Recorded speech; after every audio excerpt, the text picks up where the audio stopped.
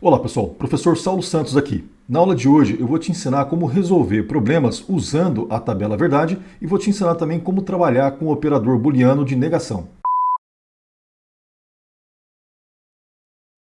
Olá, antes da gente iniciar, eu vou pedir para você aquela força, se inscrever no canal, ativar o sininho e compartilhar esse vídeo com seus colegas de classe. Tabelas verdade evitam erros de programação. Vamos ver como é que isso ocorre. Imagine que você tem que escrever um código que deve aplicar um aumento de salário baseado em duas condições: tempo de serviço e quantidade de faltas. Geralmente, a programação dessa solução deve ser feita pela combinação de todos os elementos. E a questão que fica é: qual a quantidade de possíveis respostas? Como a gente já viu em aulas anteriores, uma condição ela só pode gerar dois possíveis valores, ou seja, ou ela é verdadeira ou ela é falsa. E nesse caso, sim ou não. A gente vai aplicar a seguinte fórmula: 2 elevado ao número de condições. Por exemplo, se eu tenho duas condições, então eu vou ter 4 combinações de saída. Se eu tenho 3 condições, 8 combinações de saída. E se eu tenho 4 condições, 16 combinações de saída.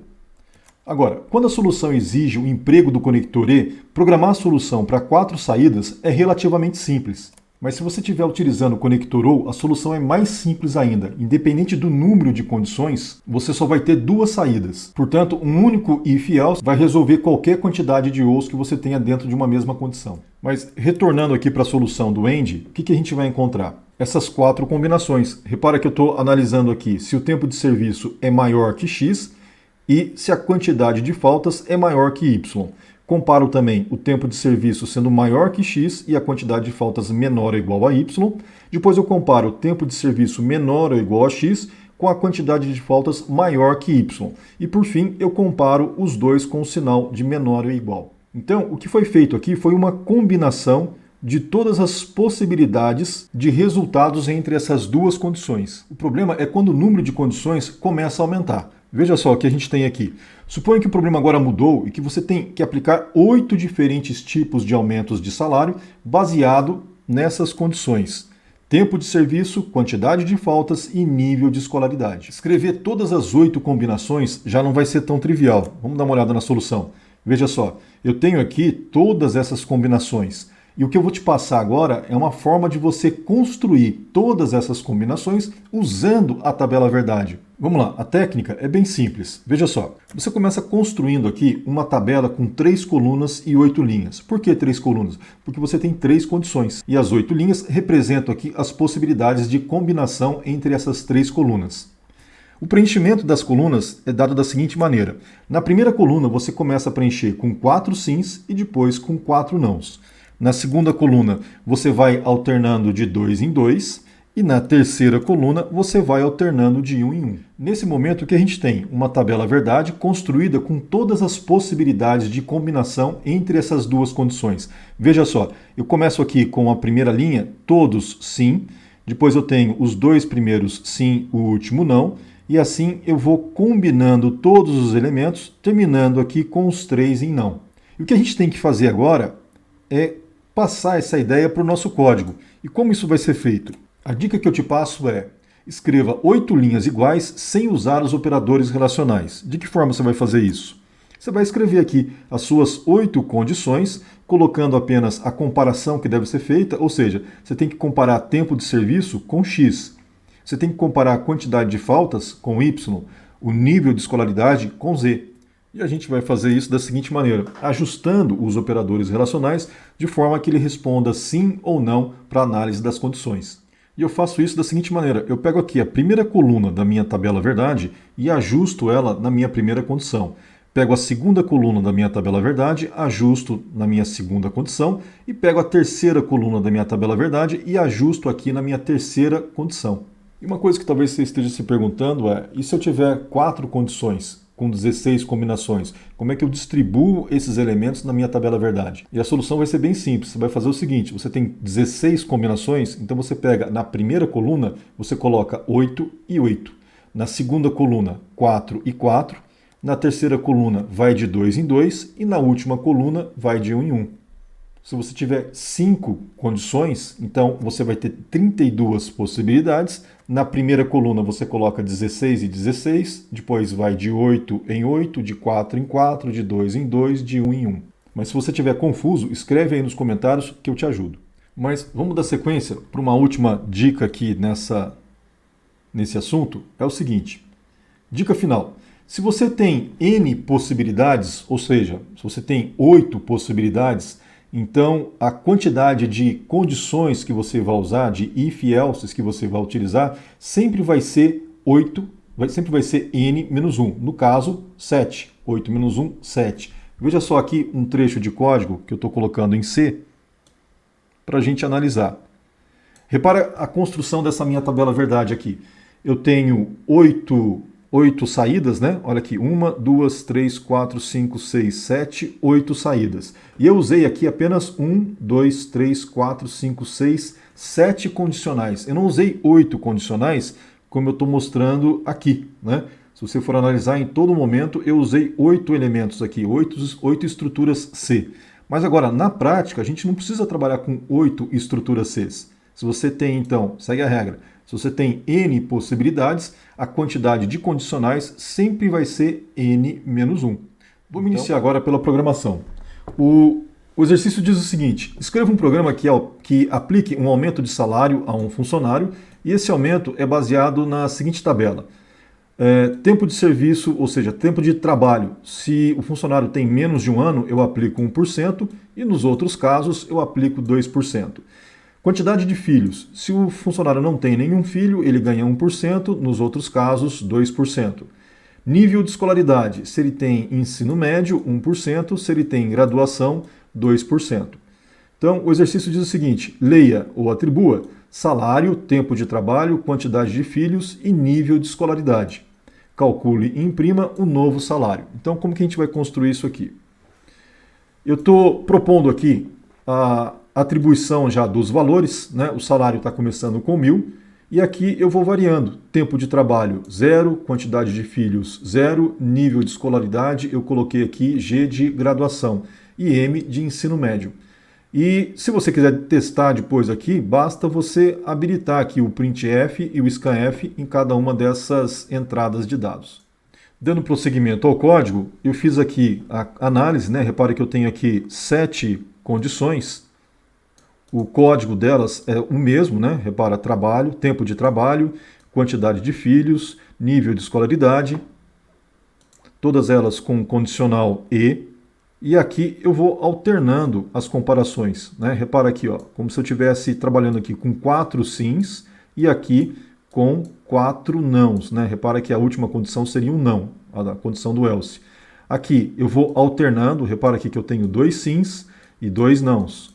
2 sims e 2 nãos para o else aqui embaixo. E aqui eu vou comparando de um em um. M, G, M, G, M, G, M e o último seria o G. Então o código faz análise dessas 3 condições. Se ele responder verdadeiro para essas 3 condições, ele vai aplicar aqui esse aumento de salário. Então, converte taxa é uma função que você envia aqui para ela o número 3. Bom, vamos rodar o código para ver o que a gente obtém aqui como resultado. Tá lá, novo salário, R$ 1.040. Como é que ele chegou nesse salário 1.040? Vamos checar aqui, olha. Salário começa com 1.000, tempo de trabalho é 0, quantidade de filhos é 0, nível de escolaridade é G. Então, onde isso acontece? Em qual condicional isso acontece para mim? Com essas 3 condições sendo verdadeiras? Vai acontecer aqui, olha, no segundo condicional. Trabalho, tempo de trabalho é 0, quantidade de filhos é 0, nível de escolaridade é G. Então, ele vai receber aqui uma taxa de aumento de 4%, chegando então ao salário de R$ 1.040. Agora, vamos fazer o seguinte, vamos fazer ele executar essa condição aqui, olha, onde ele vai receber um aumento de 5%. Então, o salário dele vai para R$ 1.050. Essa condição diz o seguinte, tempo de trabalho tem que ser 0, quantidade de filhos tem que ser diferente de 0. Então, vamos colocar aqui, ó, 1.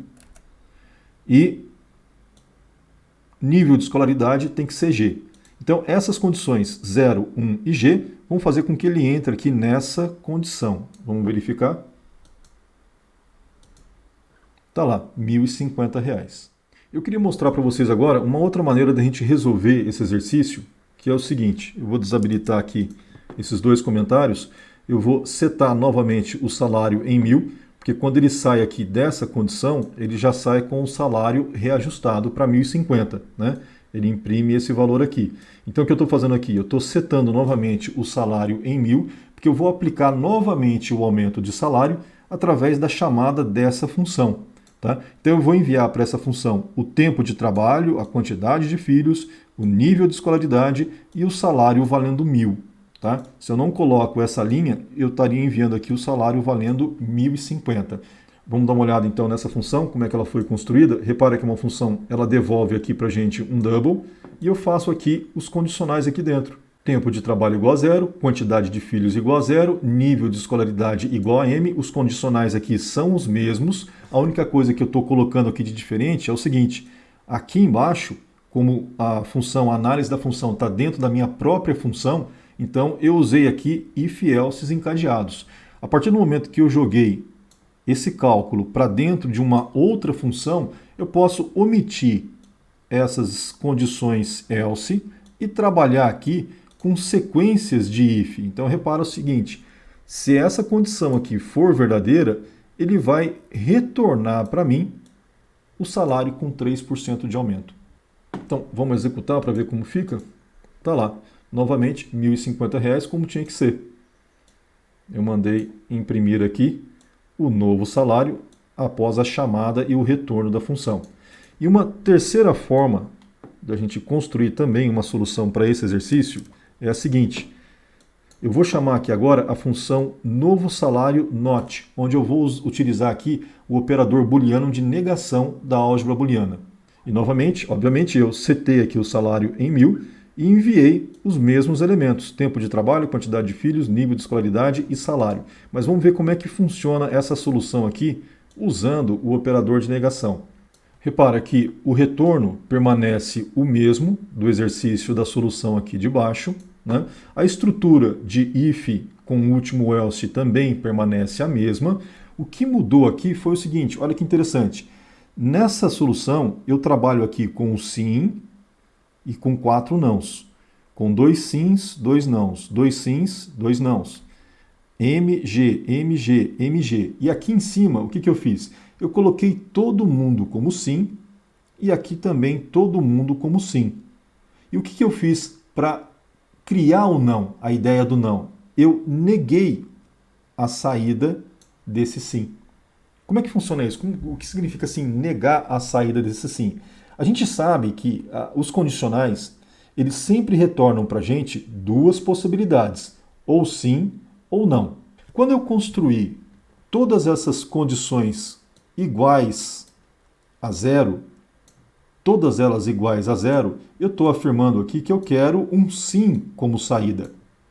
Quando eu uso aqui o símbolo de exclamação, significa que eu estou alterando, que eu estou invertendo o resultado dessa saída. Tá? Então, se esse conteúdo aqui é sim, a partir desse símbolo de negação, ele vira não. Então, isso vai acontecer nessas 3 condições aqui e na última, como a gente já aprendeu, a gente não precisa testar. E veja que eu faço a mesma coisa na segunda coluna. Todas elas eu coloco como sim. Todas são iguais a 0, ou seja, todas elas estão gerando para mim um sim como resposta. E eu nego essas condições através do não, colocando o not aqui antes da condição. E repara que eu estou mantendo a regra aqui, olha. Duas linhas com sim, 2 linhas com não. 2 linhas com sim e as 2 últimas seriam não. Apenas a última coluna não foi tratada aqui com o símbolo de negação. E por que eu não coloquei o símbolo de negação? Pelo seguinte, esse tipo de problema que fala o seguinte, olha, nível de escolaridade. Tá? Então, vamos dizer aqui que a empresa, no futuro, ela possa mudar essa ideia. Né? Por exemplo, ela coloca aqui uma terceira categoria, pós-graduação. Então, eu teria aqui não apenas 2 possibilidades de saída, sim e não. Eu teria aqui uma terceira possibilidade de saída. Então, nessa condição, eu não posso simplesmente trabalhar somente com a ideia do sim e do não. Eu tenho que colocar aqui exatamente qual é a categoria em que ela se encaixa. Né? Então, se eu criar aqui uma terceira categoria, por exemplo, com a letra P de pós-graduação, aí eu teria que trabalhar aqui com com P, verificar qual é a igualdade. Bom, é isso, pessoal. Chegamos ao final da nossa 50ª aula. Se você estiver gostando desse curso, considere se inscrever no canal, ativar o sininho e compartilhar esse vídeo com seus colegas de classe. Fazendo isso, você vai dar uma força para o canal, porque o YouTube vai entender que esses vídeos são relevantes e vai compartilhá-los com outras pessoas.